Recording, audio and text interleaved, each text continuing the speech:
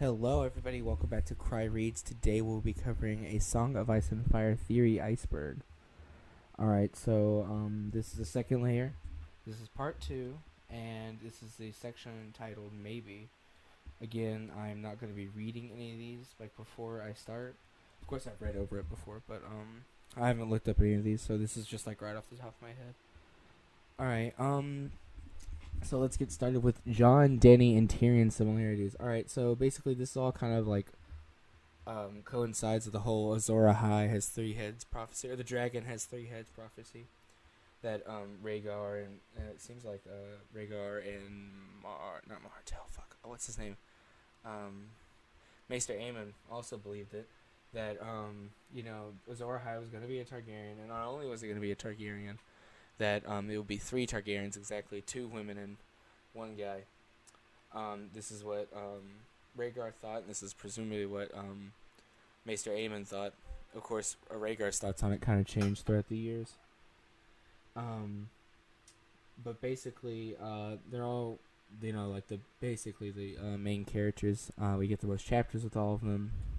We see them most of the time, and we follow them for like the longest.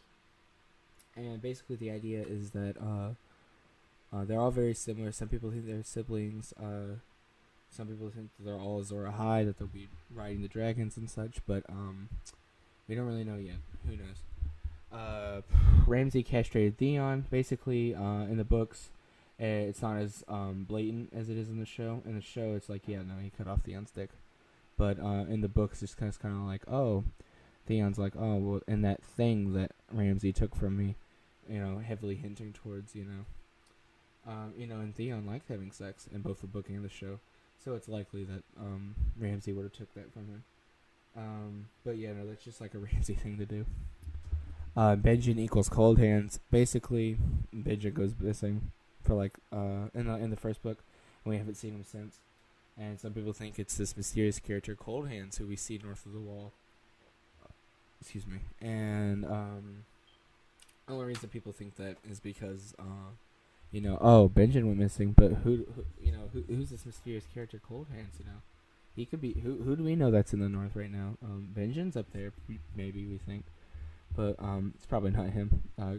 Leaf, the Child of the Forest, literally says that Cold Hands has been around for a very long time. Valancourt is Jaime. Basically, Cersei had a prophecy given to her by Maggie the Frog when she was really young. You will not marry the prince. You'll marry the king.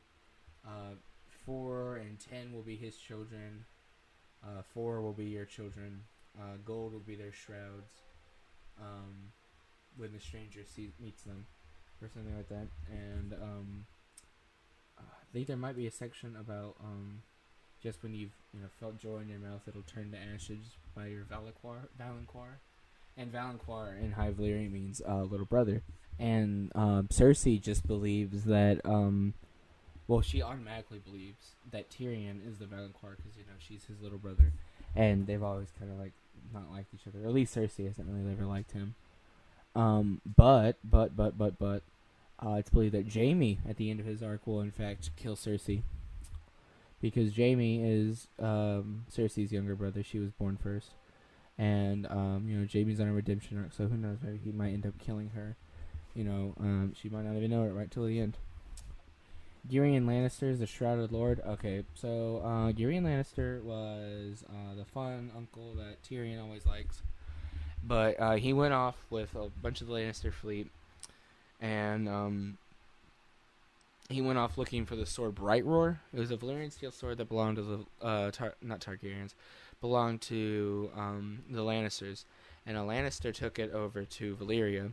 And as you know, no one's ever left Valyria. So when he left with it, he never came back with it. And it's always kind of been like a thing that House Lannister has been ashamed of. So Tyrion was gonna go get it back, but he never came back. But later, when we're with Tyrion, he meets this character called the Shrouded Lord, and he has this ability to give anybody anywhere, grayscale, and he's a very joking kind of character. So what a lot of people think is that it's actually Tyrion Lannister who's got stuck there, and now he just has the ability to give people grayscale because he also makes jokes. It's kind of like a loose connection, but I don't know. It doesn't really. I don't know. It's kind of stupid. Septilemore is Cerium hepatis. Okay, this is something I wanted to talk about a bit more.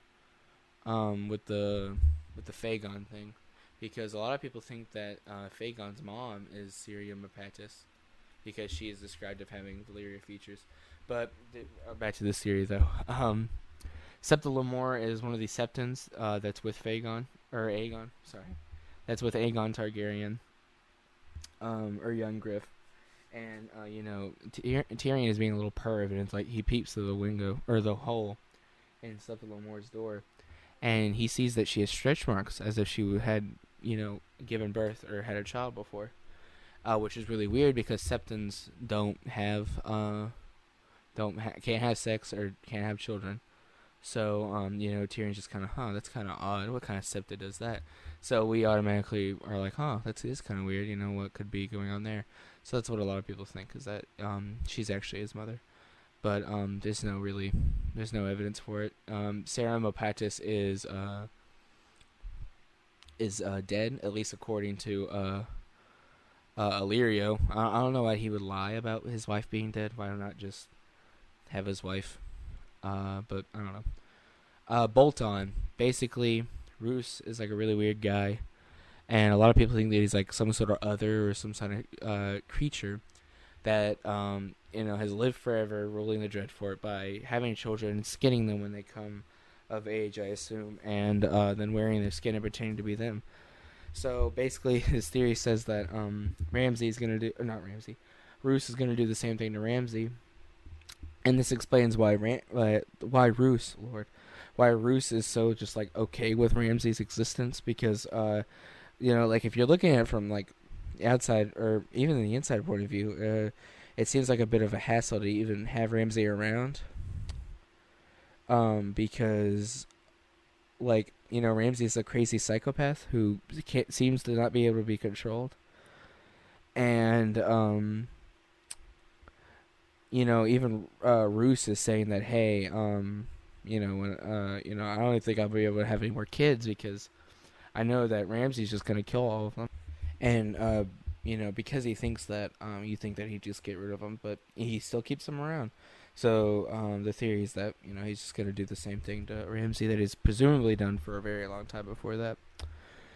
Pate equals Jaqen. Basically, I think it's a prelude chapter to Feast for Crows, and Jaqen meets this macer named Pate, or Shave Pate, or something like that. I can't remember exactly, but meets him, talks for a little bit, and then the chapter ends. And we've been led to assume that Jaqen's gonna kill him, but then we see Pate later on, perfectly fine. So the idea is that Jaqen is wearing Pate's face and pretending to be a maester at the Citadel. Jojen Pace, basically, at the end of A Feast for Crows, Bran is giving this really weird blood red paste. They call it acorn paste, I think. The Children of the Forest do, or Leaf does. And Leaf's like, hey, yeah, no, eat this and it'll give you more powers. But a lot of people think that this is actually Jojen mashed up into a little paste as like a blood sacrifice to Bran to help him receive his 3-eyed crow powers. A lot of people think this because Jojen's like really depressed at like a chapter or two before he disappears for like a little while, and then has this this paste appears. So and he's always says that he knows when he's gonna die. So maybe he knew that this is when he's gonna die, and that's why he was depressed. And now he is Jojen paste. Maybe, I don't know. There's a lot of like parallels for like cannibalism and Bran's story. So it's possible that it would near its end it would get some form of cannibalism. Let's see here. Night Lamp. Basically, with the Winds of Winter chapters that have been released, we know that Stannis is like on his way, or he's in this little town, and he is kind of just doing his own thing there. And we know that there's this really big light, like lantern, not lantern. I don't know what the word for it would be, but basically the idea is that whenever the Manderley and Manderley and Frey forces leave Winterfell to go attack Stannis, he's going to use it to draw them towards this lake that they've been fishing in, and make the Frey and the Manderley army fall in. Because he's done something like this before. I think he did it during when he was outsmarting the Greyjoy ships during the Greyjoy Rebellion. I think that's what he did. I'm not exactly sure. I can't remember this one very well.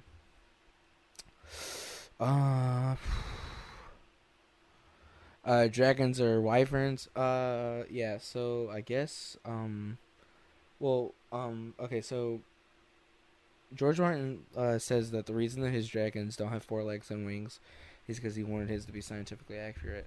But his version of dragons are usually called wyverns in most media. So I guess that's just what that means. I'm not exactly sure. Patchface prophecies. Basically, Patchface does has made a lot of prophecies, and they've come true. Like the Red Wedding, he says, "Blood on the maiden's thigh, chains for you, chains for I, maybe." He said something else. I can't really remember. Jon is Azor Ahai. Yeah, basically Jon is dead right now, and if he reawakens, the same conditions might be met to be make Azor Ahai. Plus, Jon's like really connected with stuff in the north, and it would make sense for him to be Azor Ahai and defeat the White Walkers. And he's had a dream where he's basically Azor Ahai. He has like ice armor on. He's got a flaming sword, and he's fighting off dead people atop the wall. So yeah, it's possible he's Azor Ahai. Jon Con equals the Beast of Stone. Basically, Melisandre makes she says that she tries to awaken the stone dragons on Dragonstone, because she said that in her visions she saw she saw Stannis awaking stone dragons, or beasts of stone, and she takes this very literally and thinks that she will reawaken the stone dragons that are on Dragonstone that carved out of the mountain and stuff. But Jon Connington has grayscale, so he's also coming over to Westeros. So what a lot of people think that what's going to happen is that there's going to be a very large Greystone epidemic, and I know that Stannis' daughter Charisse is involved as well, because she has dormant grayscale on her face, and even the wildlings are like, oh, that's kind of weird. We probably shouldn't be okay with that. We should do something about that. So who knows? Syrio equals Jaqen. Syrio Forel. Okay, so basically, a lot of people think that Syrio Forel from the first book is actually Jaqen Hagar, because he's from Braavos and he seems to know how to sword fight and such. But that doesn't really make any sense, because I feel like we would have been told that at this point that he was Syrio. Whenever Jaqen changed his face, I feel like he would have been like, oh, well, I could have also been Syrio Forel, And he could have also just stayed as Syrio Forel for when he gets taken up to the wall. Well, I suppose he was also in the Dark Cells for a while too. But that's also another thing. He can't be, because it's said that Jaqen was in the Dark Cells for a while, weeks before he was released. So I don't know. It's I don't know. It's a maybe for me, honestly. The only connection is that Syrio says he's from Braavos. So I don't know. Euron is the Dusky Woman. Okay, so Euron sends Victarion off to Slaver's Bay, and Euron gives Victarion this Dusky Woman, or a Dusky Woman, as a bed warmer. And she doesn't have her tongue, because Euron likes to cut out people's tongues, and Victarion sleeps with them and sleeps with her and everything. But what a lot of people think is happening is that because Euron obviously doesn't trust Victarion, so what he thinks is people think is happening is that Euron is skin changing the Dusky Woman, and then he is just being the Dusky Woman in order to spy on his brother. And a lot of people think it's Euron can skin change because he talks about when he was a kid, when he would have dreams about flying. And it's this whole other thing. But basically, Euron was probably a former student of Bloodraven that didn't work out very well. And now he's a crazy fucking person. So it would be obvious that he's able to skin change and such. What does that say? Varys planted Shay. Okay, so basically, it's the idea that Varys planted Shay because when Varys shows up, Shay's like, "Oh, I recognize you," like, because he shows up in his outfit, but then Shay's like, "Oh, I recognize you," and but I'm not exactly like familiar with all the talking points for the Varys implanted Shay. I think he finds her in the same like in the dairy like inn, but I'm not exactly sure. Melisandre can only see the future. All other magical powers are tricks. Okay, so yeah, I think this is basically canon because she says that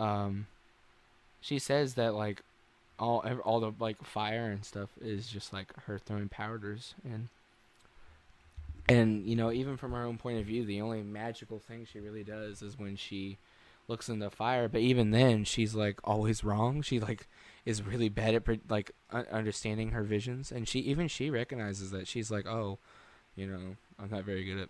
She's like she understands that. She's not very good at even understanding her visions. So yeah, I mean it's basically canon. Grand Maester conspiracy. Basically there's this guy Marwyn the Mage at the Citadel. He's like, oh, who killed the dragons the first time around? And there's a lot of people who just straight up don't trust the Maesters, which kind of makes sense. I mean, they control the letters and everything, and it kind of makes sense. Plus, on top of that, a lot of people are saying that a lot of people on our story say that the Maesters are the reason that the Starks and everyone were conspiring against the Targaryens is because the Maesters were against the Targaryens, and they got rid of the dragons by malnourishing them while they were still babies and such. I kind of like the theory. I don't really know if it's true or not, but I doubt it's true, honestly. But I don't know. I don't know. Jon Snow will be resurrected. I hope so. That'd be funny if he didn't, though. Basically, Jon Snow's dead. Melisandre's not at the wall, I think. But yeah, no, he's not at the wall. She's not at the wall. But who knows? Maybe she'll go back. But yeah, no. Jon Snow's dead, and hopefully he'll be resurrected. Jon is the rightful king. Not really. Right? I'm trying to think about the line of succession right now because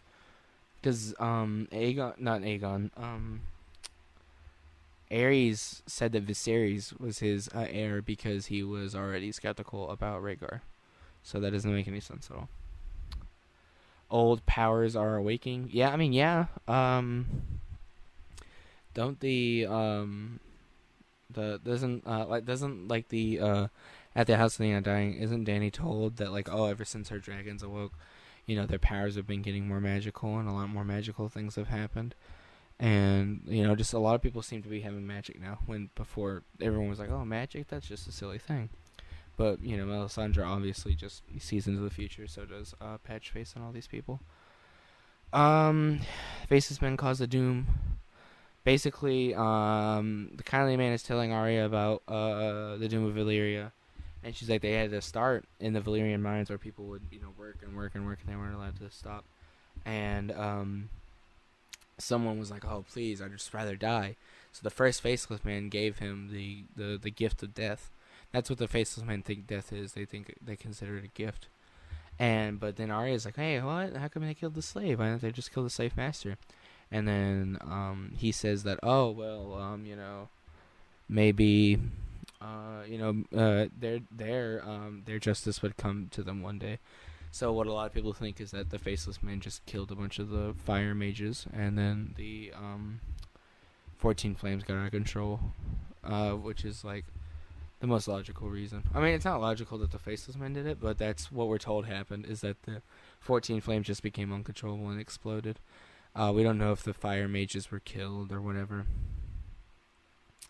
But, I don't know. I like it better that the Doom of Valyria is called by Valyrians, because Valyria, like, their high society was, like, really, really fucked.